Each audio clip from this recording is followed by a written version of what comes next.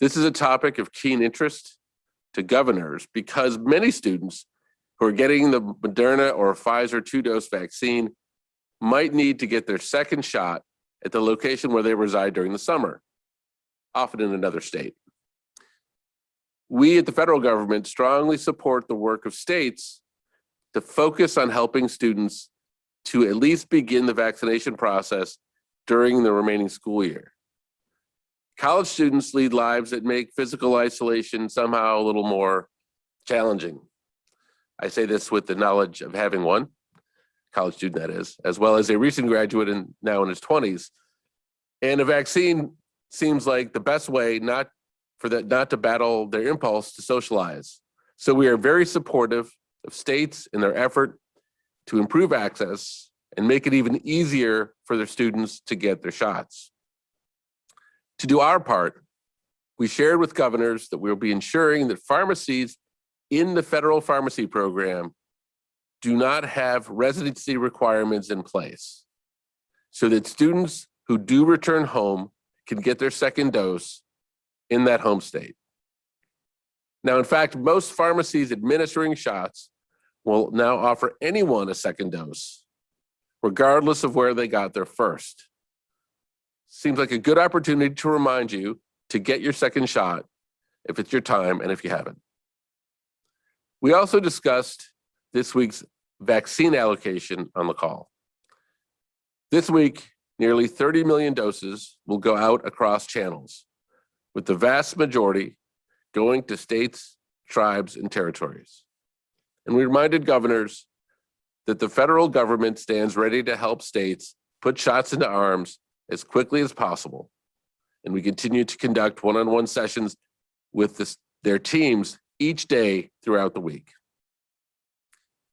I want to turn to the global situation and briefly address the recent COVID-19 surge in India. First of all, we stand with the country of India during this very trying and tragic surge.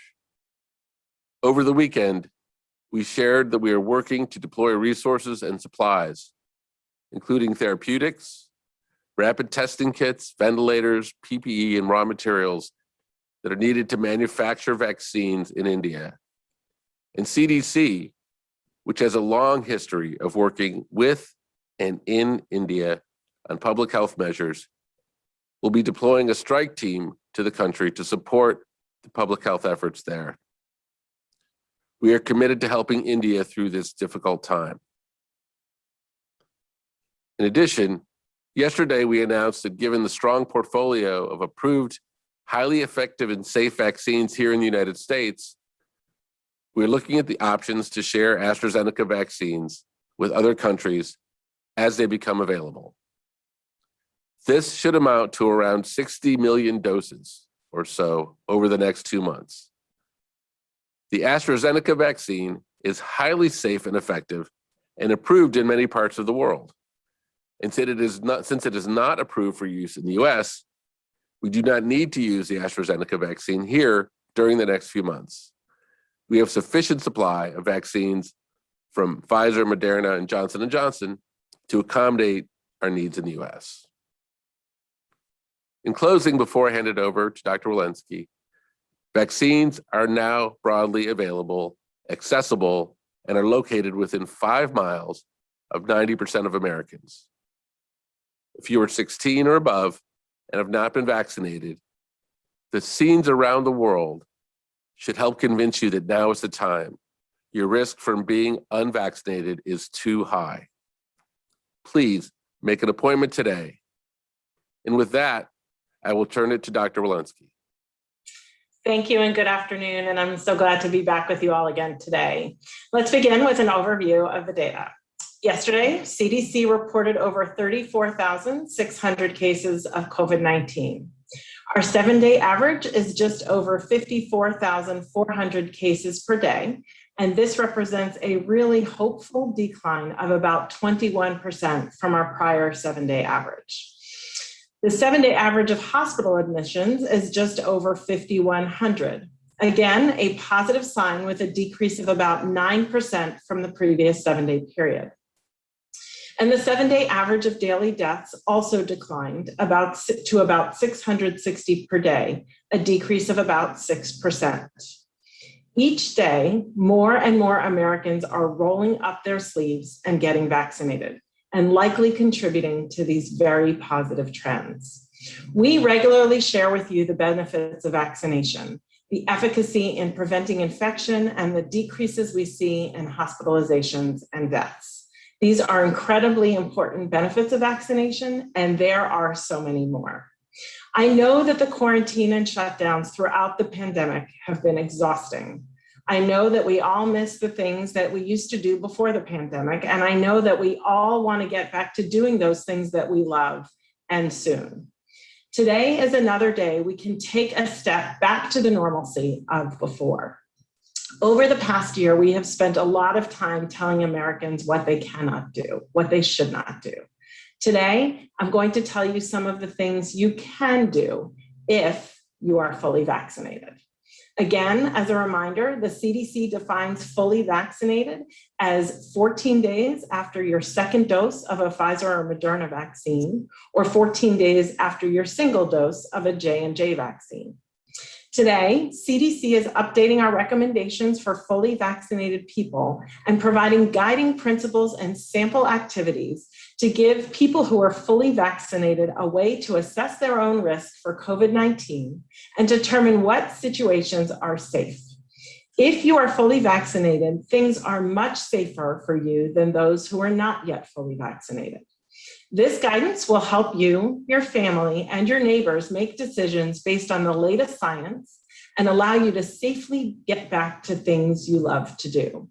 I am optimistic that people will use this information to take personal responsibility to protect themselves and to protect others, and I hope will encourage people to get fully vaccinated.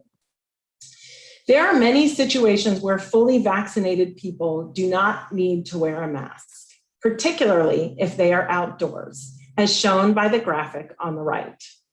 If you are fully vaccinated and want to attend a small outdoor gathering with people who are vaccinated and unvaccinated, or dine at an outdoor restaurant with friends from multiple households, the science shows if you are vaccinated, you can do so safely unmasked.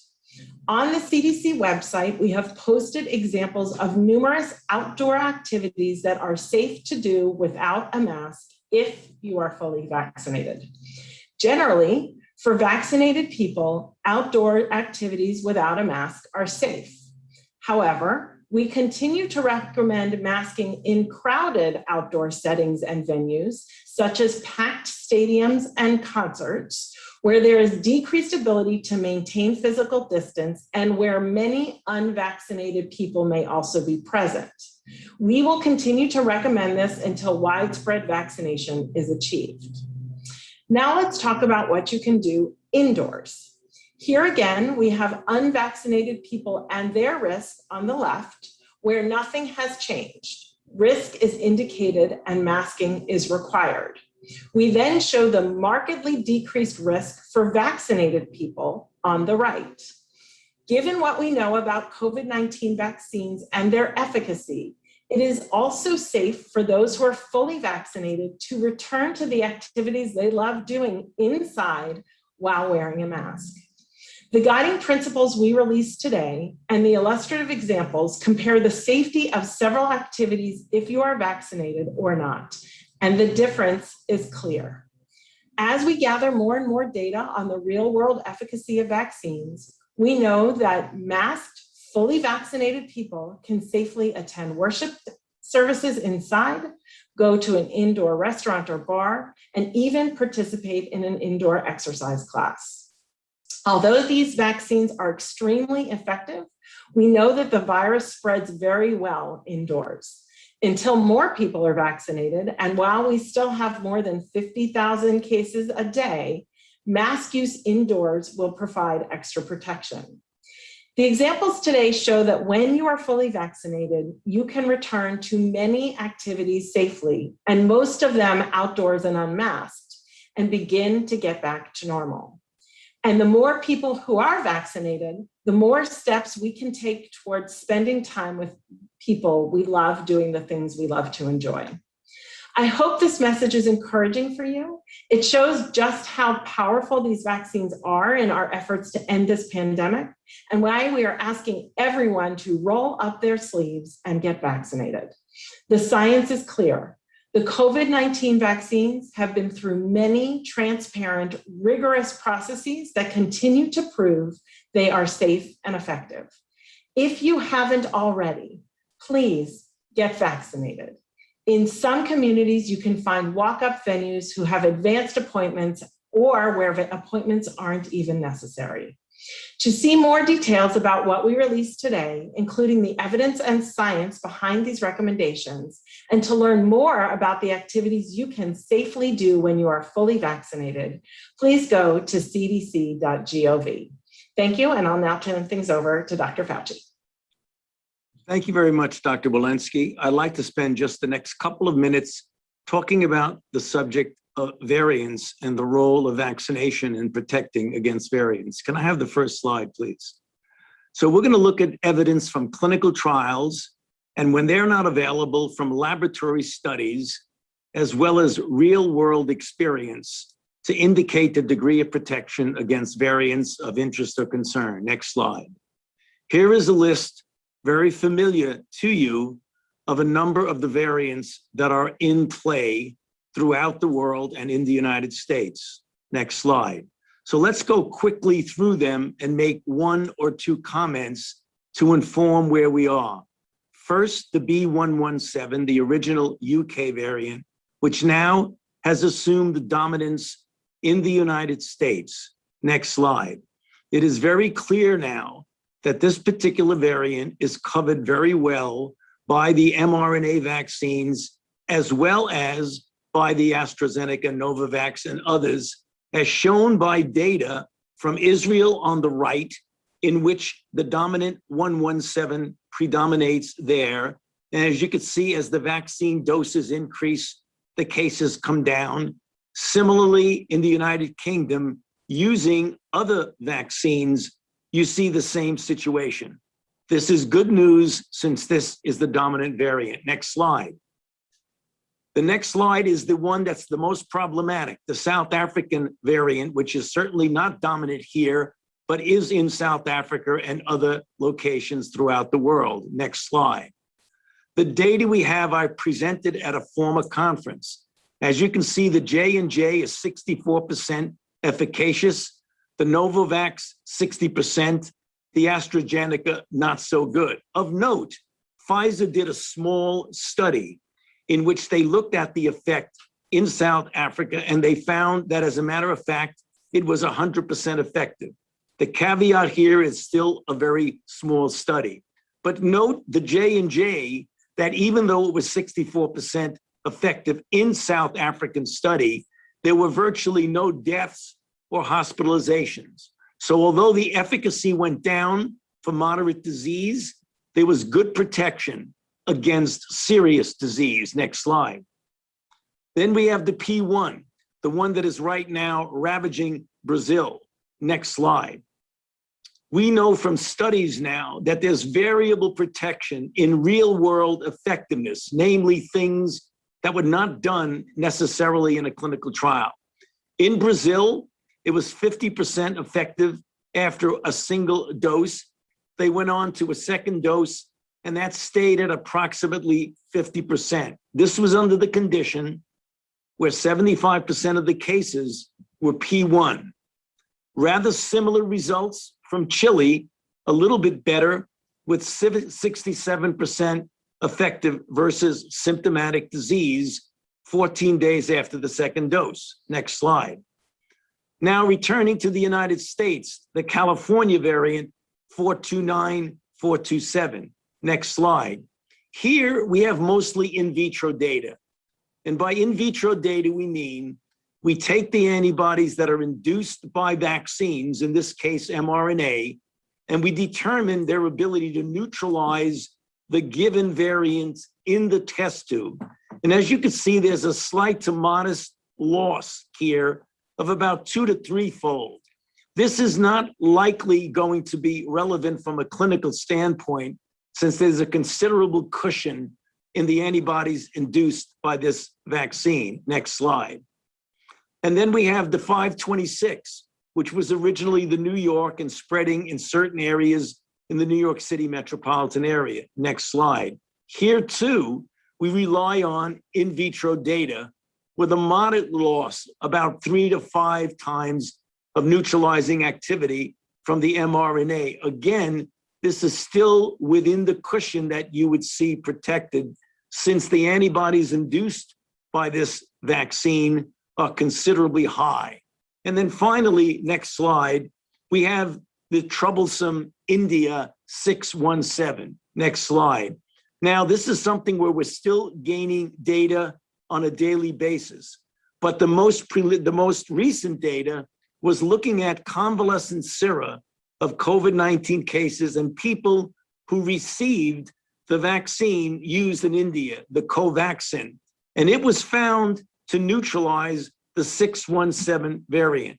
So despite the real difficulty that we're seeing in India, vaccination could be a very, very important antidote against this.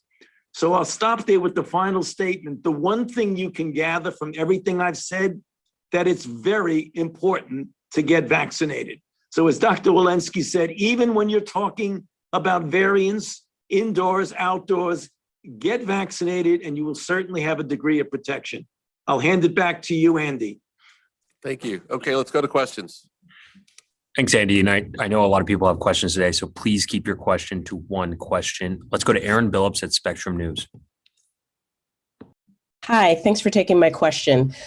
Can you guys explain the science behind the guidance change at this moment? Is the understanding that there are enough Americans fully vaccinated to sufficiently slow the spread of coronavirus outdoors, that the likelihood of transmission outdoors is very low? And what about pockets of the country that have not yet reached national levels of vaccination? Should the guidance be different for areas with lower vaccination rates?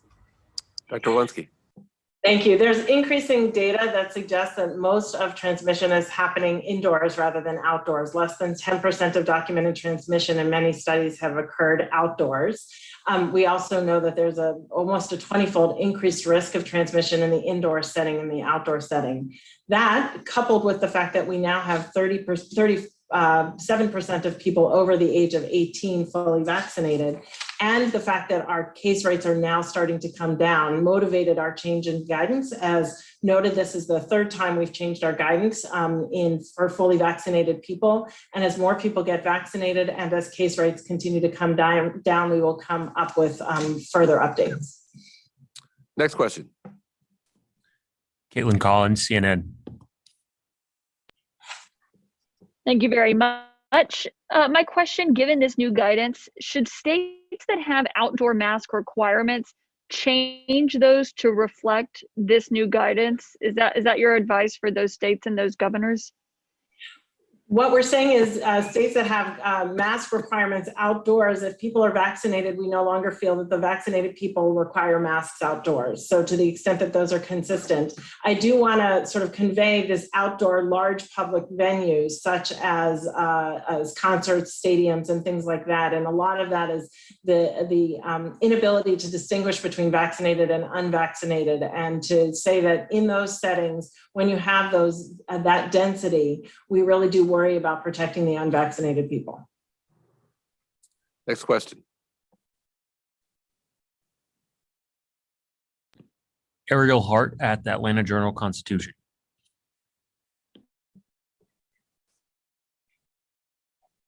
Hi, I'd like to go back to the question about for states that do not have yet the national rate, that are below average, should there be different guidance for us? I'm calling from Georgia.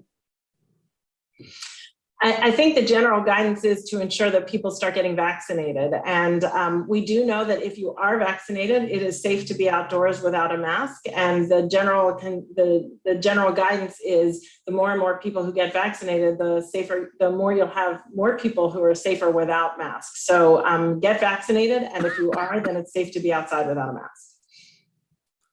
Next question. Kristen Welker, NBC.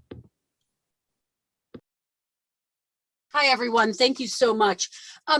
Firstly, can you address if the risk of being outdoors is so low, why doesn't this guidance apply to everyone? And secondly, while rates of vaccine hesitancy are dropping, you still have about 4 in 10 Americans who say maybe or no, they're not going to get the vaccine. How do you deal with that hesitancy? Are there any new strategies that you're looking toward? Dr. Walensky.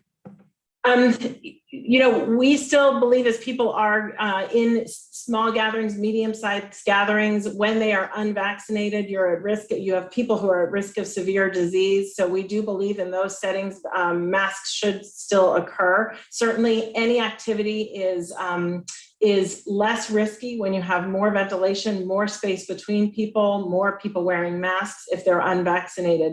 But again, I'd go back to the primary principles of being outdoors in general and wearing masks outdoors until you have a vaccine. The second question was confidence? On vaccine hesitancy, that vaccine hesitancy numbers are dropping, but it's still significant. I just had a conversation with someone yesterday who said they weren't going to get the vaccine. I said, why? This person said, because I need more information. How do you get to those people who are still skeptical? Yeah, we're spending an extraordinary amount of effort through our community cores in doing this outreach. We knew that we were going to first vaccinate everybody who was rolling up their sleeves immediately and wanting it. And then we were going to have to do the work of meeting people where they are, understanding their reasons for not wanting to get vaccinated, and really explaining, is it about the science? Is it that you felt that the science was too fast? We believe and know that the science moved quickly. We've enrolled in 100,000 people in these trials.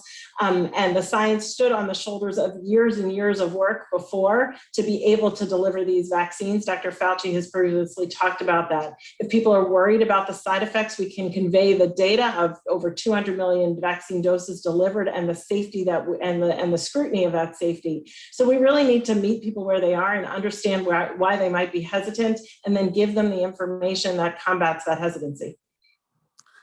Yep. Dr. Fauci, anything you want to add about the development of these vaccines over the last couple of decades?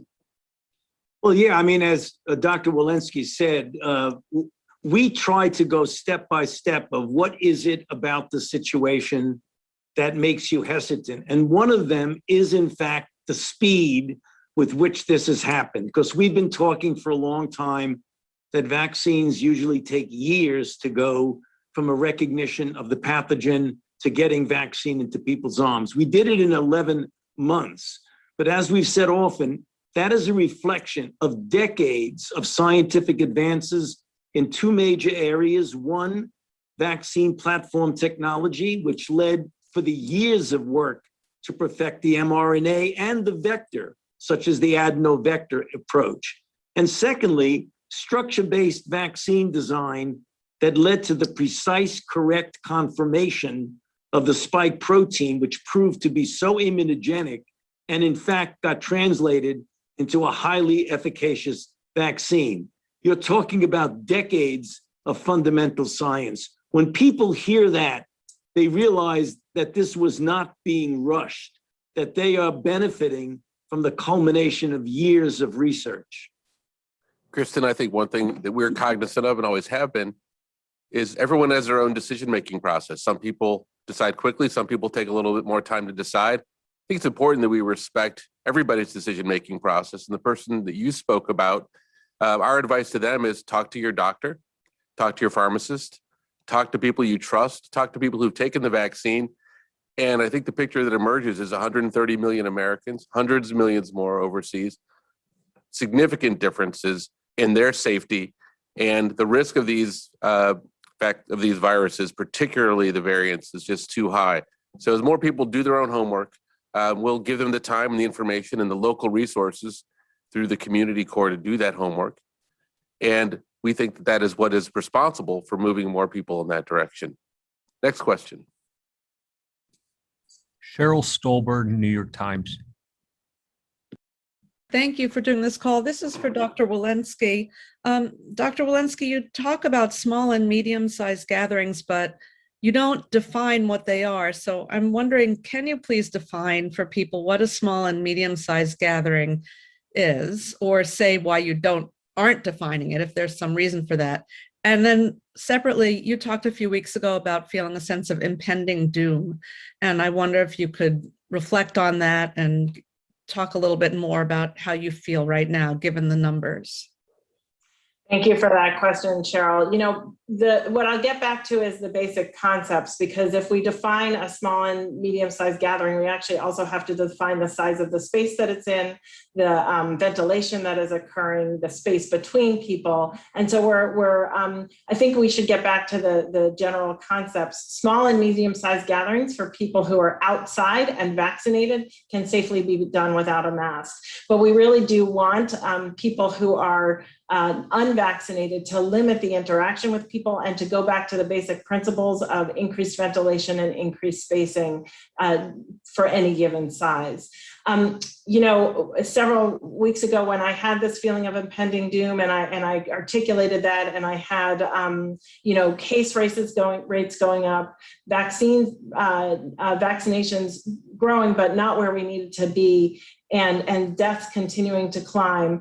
As I look at the curve now, it's stabilizing, it's coming down. The vaccinations have continued to grow in an extraordinary way. I think we really do need to get more and more people vaccinated. As Kristen noted, we need to sort of combat the hesitancy that is out there, meet people where they are, and encourage everyone to get vaccinated. But as I see more vaccines getting into people's arms, more and more people being willing to do so, confidence increasing, and then I match that with the cases that are starting to stabilize, plateau, and come down, as well as Dr. Fauci's slides that demonstrate when the other countries have been a little bit ahead of us and shown that when those vaccinations continue to soar and the cases plummet, that we should be in good shape. Next question. Zeke, AP. Thanks for doing this. Dr. Walensky, I was hoping you can clarify a little bit, why are the people who are fully vaccinated wearing masks in all of those different scenarios? Is it to protect others from them in case they have a breakthrough infection? Is it protect themselves from potentially acquiring a breakthrough infection, or is it to model safe behavior for those who are not vaccinated around them in all of those spaces? And then also, do you have any targets by which you would sort of begin to roll back, how many people need to be vaccinated in society for you to begin, allowing people to wear masks at baseball, to take their masks off at baseball stadiums or at indoor dining or the like? Yeah, thank you. Maybe I'll tackle that second question first. And that is, I think some of these targets have to be the interplay of the number of people vaccinated and the number of cases that we're seeing. And it's that intersection that I think is going to be important. I think that part of one of the things that we need to look at is the lack of uniformity of vaccination rates across this country. It was previously brought up, not every state, not every county is vaccinating at the same rate. And where we have low areas of vaccination, we are going to potentially see more outbreaks, which is why I think we have to be careful, and we have to make sure that people get vaccinated in all corners and in all counties. With regard to why people who are vaccinated are wearing masks indoors, I think what we really need to convey here is we still have 50,000 cases a day. We do believe that vaccinated people are much safer when they're wearing those masks indoors, as indicated by the green on the right side of that graphic. And right now, it's very hard to tease apart who is vaccinated, where they are in the vaccination. So it's not just to protect themselves, but largely to protect others and really to protect the unvaccinated. All right, next question. Let's go to Stephanie Abbs at ABC.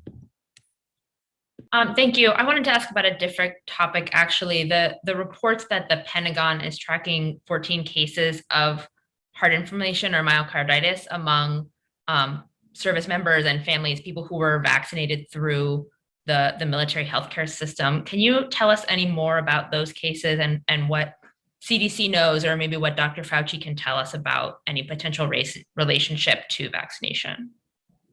So maybe first we'll go to Dr. Walensky, if you have any familiarity. Nope. Yeah, I'm aware of those reports. I don't necessarily want to comment on what the DoD is doing and investigating in their own investigations. What I will say is we've delivered over 200 million doses of vaccine, of these vaccines. And after hearing about these reports, we again looked back in our vaccine safety data and we had not seen any reports of those. Those have since been reported to us. And so those investigations are ongoing. But, you know, it is a different demographic than we normally see. And we will be working with DoD to understand what is happening in those 14 cases. We have not seen the signal, and we've actually looked intentionally for the signal in the over 200 million doses we've given. So not enough data yet early. Okay, next question. All right, we got time for one more question. Let's go to Anjali Kimlani at Yahoo.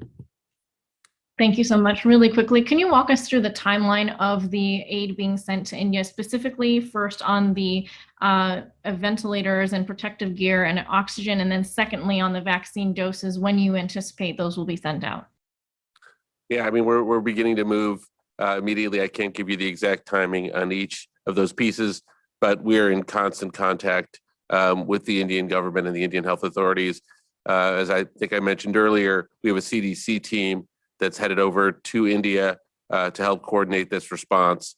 In terms of vaccines, as I mentioned earlier, we are in a position now where we can foresee that we will not be using the Astrazeneca doses that we expect to come online.